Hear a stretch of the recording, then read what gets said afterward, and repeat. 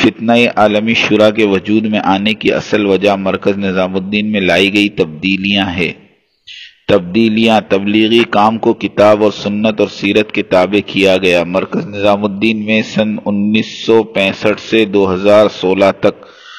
تبلیغی مروجہ ترتیب تقریباً 50 برسوں سے مرکز نظام الدین میں کچھ سیرت اور کچھ مروجہ ترتیب پر کام ہوتا آ رہا تھا۔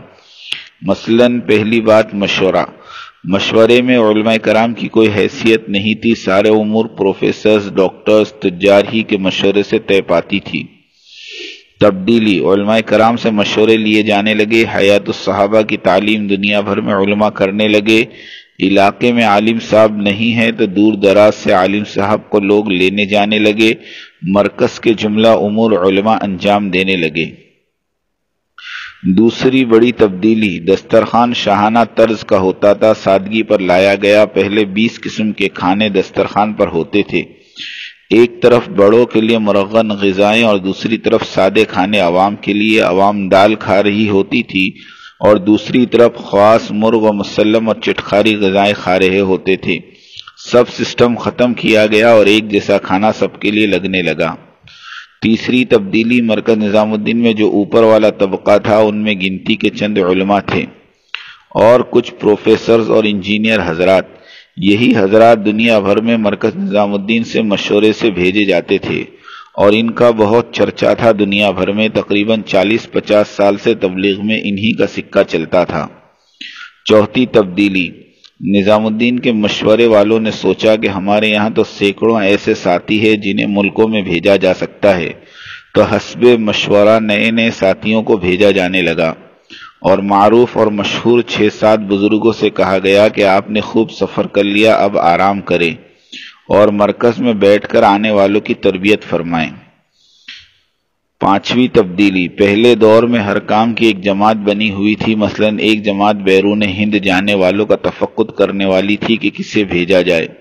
اس جماعت میں 4-5 ساتھی ہوتے تھے اور یہ ساتھی ایک ہی قوم کے تھے، ان کی مرضی کے بغیر کوئی آدمی باہر کی جماعتوں میں جا نہیں سکتا تھا اور یہ لوگ اپنی مرضی کے ساتھیوں کو بیرون ہند جماعتوں میں بھیجتے تھے، جس کی وجہ سے اس قوم کے لوگ پہلے جماعتوں میں جاتے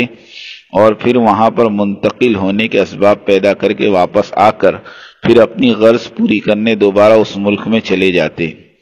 جس کا ثبوت یہ ہے کہ دنیا کے ہر ملک میں یہ قوم پھیلی ہوئی ہے اور پھر ان جماعتوں کے ذریعے تجارت اور بہت سے معاملات جن کا تعلق دعوتی کام سے نہیں ہوا کرتے تھے، ان سب بدعنوانیوں سے تبلیغی کام کو پاک کرنے کے لیے تبدیلی لائی جانی ضروری تھی۔